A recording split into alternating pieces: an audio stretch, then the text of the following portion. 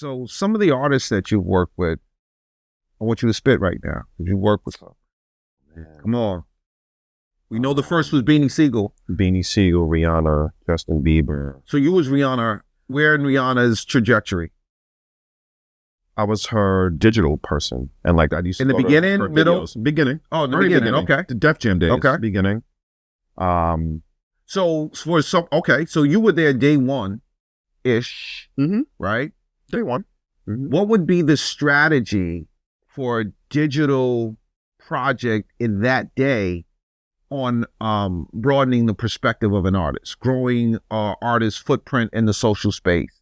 Because obviously her art, her presence, her performances, her personality, and then your digital footprint, all of that stuff in a gumbo is what makes success. Correct. Right? So your slice, right, when you're looking, because day one, you know, people say this person could be a star, and they're not. People say that person's not a star, and they become, right? So we really don't know because it's not up to us.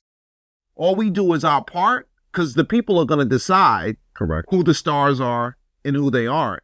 Doesn't mean internally that an artist doesn't have what it takes to be successful. It's just how you measure success. Right. Right? If you want to be a big star, then you got to do big things. Correct. So in the root part in the very beginning, what was it like putting her strategy together?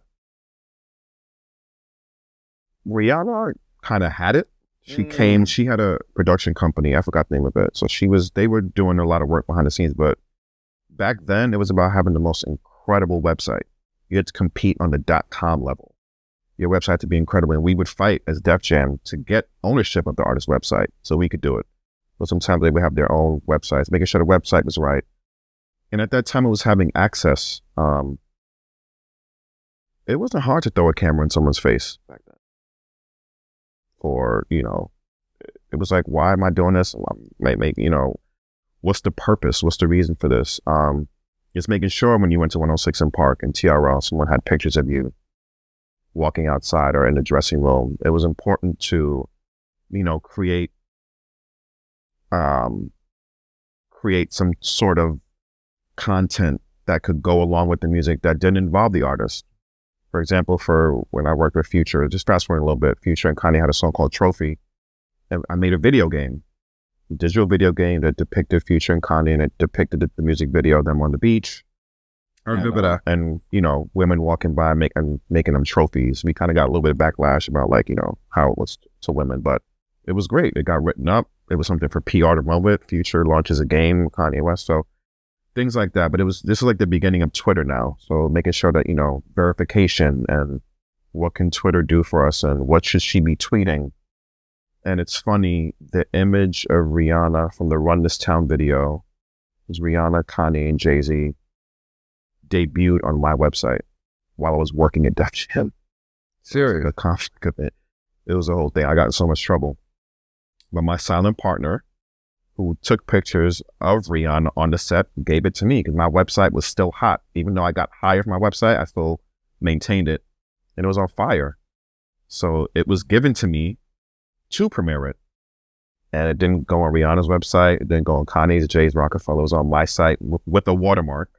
So everyone knew that I had it first. And it was like, but that's because she was new. Almost got fired for that one. That's because she was new. Mm-hmm. So that's risk. Wait, that's because who? She? She. This is like after, this was like after the Chris Brown incident. She was coming back. So she had like a brand. Oh, yeah. You can't. This is 2009. Yeah. If it was day one, you would have got away with it. You can't, got to know the sweet spot. So I got in trouble for that. Absolutely. That was rough. And rightfully so, but you should person have. Who gave it to me had ties to Rockefeller. So it was kind of like, here, you know, run with it. Def Jam was like, I don't even know if Rihanna was mad, but corporate BS. Yeah, it was like, you work here. You work here. You're putting on your influence. Can you getting hot? You getting hot? It was that. You gonna be hotter than the other directors? Right. I'm a hater. So it's like the digital guy that works here is putting stuff from our artist that he sees in the hallway on his website. How does that work?